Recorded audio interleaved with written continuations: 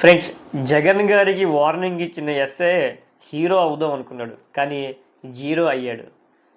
SA warning ఇచ్చిన కాసేపటికే వైఎస్ఆర్సీపీకి చెందిన సోషల్ మీడియా ఆ ఎస్ఐకి సంబంధించిన హిస్టరీ అంతా తీసుకొచ్చి సోషల్ మీడియాలో పెట్టడం జరిగింది.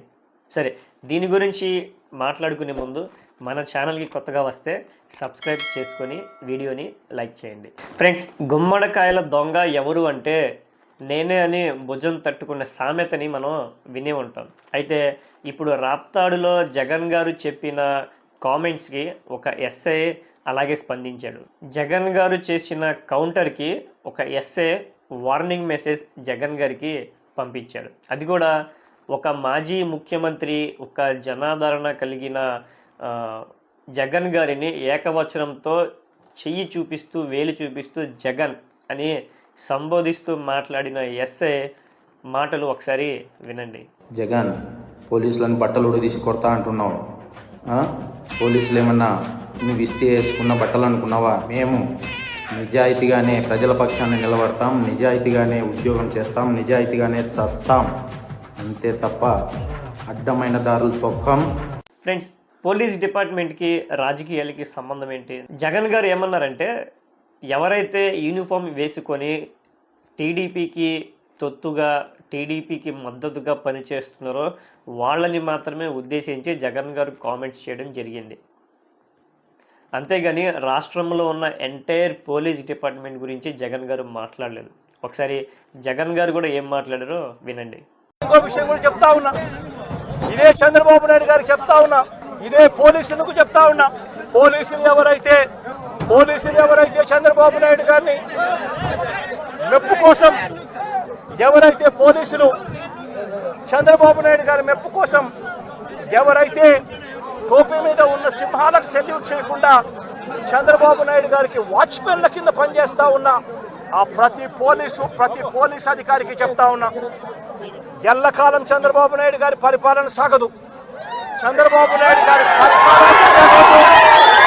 త్వరలోనే వస్తుంది. ప్రతి పోలీస్ అధికారికి కూడా చెప్తా ఉన్నా, మీ బట్టలు తీస్తామని చెప్పి ప్రతి పోలీస్ అధికారికి మీ యూనిఫామ్ తీస్తాం, చట్టం మిమ్మల్ని నిలబెడతాం, దోషులుగా మిమ్మల్ని నిలబెట్టి మీ యూనిఫామ్ తీయించి మీకు ఉద్యోగాలు లేకుండా చేస్తామని కూడా ఈ సందర్భంగా ఇప్పటికైనా చెప్తా ఉన్నా, ప్రతి పోలీస్ అధికారిలో కూడా మార్పు తెచ్చుకోండి. ఎల్లకాలం ఇదే పరిపాలన సాగదు. మీరు చేసిన ప్రతి పనికి కూడా వడ్డీతో సహా లెక్కేసి మిమ్మల్ని దోషులుగా నిలబెట్టి మీతో కక్కిచ్చే కార్యక్రమం ఖచ్చితంగా చేస్తామని చెప్పి కూడా ఈ సందర్భంగా ప్రతి పోలీస్ అధికారికి కూడా చెప్తా ఉన్నాం.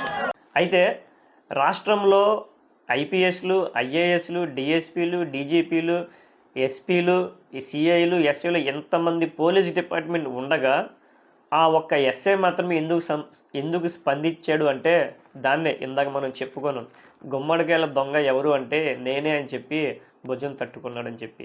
గతంలో కూటమి ప్రభుత్వం డైరెక్ట్గా ఐపీఎస్ల పేరు చెప్పి డైరెక్ట్గా పోలీస్ డిపార్ట్మెంట్ని ఏ విధంగా దూషించారనేది చాలా వీడియోలు ఉన్నాయి. కానీ అప్పుడు ఎవరు పోలీస్ డిపార్ట్మెంట్కి సంబంధించిన ఎవరు కూడా ఏమీ మాట్లాడలేదు. ఎందుకంటే పోలీస్ వారికి తెలుసు ఈ రాజకీయ నాయకులు చేసే కామెంట్స్ అలా వదిలేయాలి, పట్టించుకోకూడదని చెప్పి. కానీ ఇప్పుడు ఈ ఎస్ఐ చేసిన కామెంట్స్ రాష్ట్రంలో దుమారం లేపుతుంది. అంతేకాదు, ఈ ఎస్ఐ సోషల్ మీడియా పరంగా చూసినట్టయితే ఈ ఎస్ఐ డైరెక్ట్గా టీడీపీకి సంబంధించిన వ్యక్తి అని చెప్పి ఆయనకి ఫేస్బుక్ సంబంధించిన పేజ్లో కూడా వైఎస్ఆర్సీపీ సోషల్ మీడియా ఆ ఎస్ఐకి సంబంధించిన ఫొటోస్ని వైరల్ చేస్తుంది. సో రాష్ట్ర డీజీపీ గారికి నా రిక్వెస్ట్ ఏంటంటే, ఇటువంటి వ్యక్తుల ద్వారా పోలీస్ డిపార్ట్మెంట్కి చెడ్డ పేరు వస్తుంది కాబట్టి ఇటువంటి వ్యక్తులు ఎవరైతే ఉన్నారో వాళ్ళ మీద చర్యలు తీసుకోవాలని చెప్పి డీజీపీ గారిని విజ్ఞప్తి చేసుకుంటున్నాను.